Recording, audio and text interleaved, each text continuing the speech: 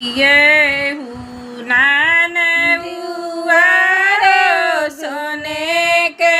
सुपड़िया ने माता गुजर उधाम होलिया नाना उआ हो सोने के सुपड़िया ने माता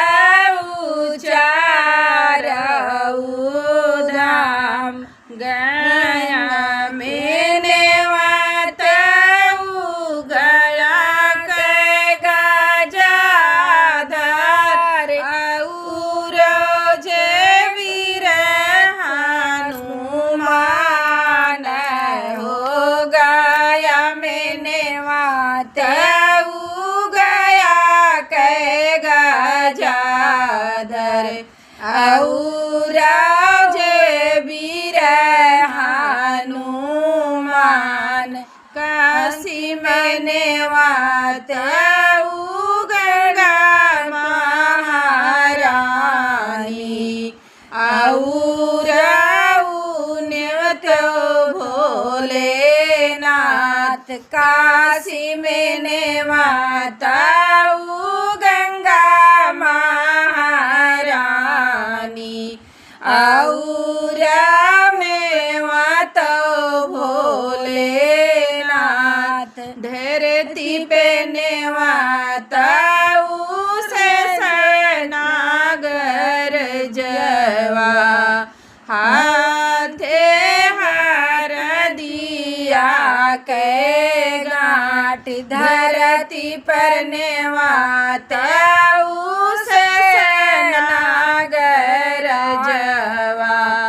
और के गाठ गया सेना लाई गया के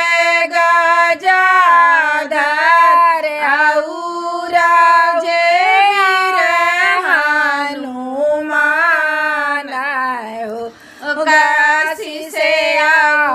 लाई गंगा महारानी और भोलेनाथ काशी से वाली गंगा महारानी और वाले भोलेनाथ धरती से वाले से नागर जवा हाथी के निमंत्रण हमार धरती से वाले से नागर जवा पाई के निमंत्रण हमार सब देवी देवा मिली दिया आशीषवा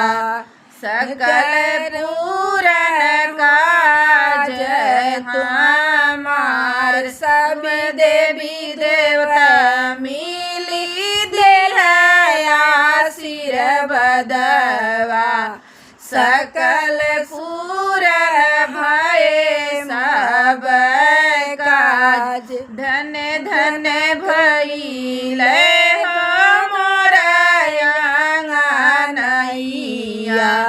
जहाँ पड़े गौरी नंदन के पाँव धन धन भइले हो मोरैया जहाँ पड़े गौरी नंदन के पाँव।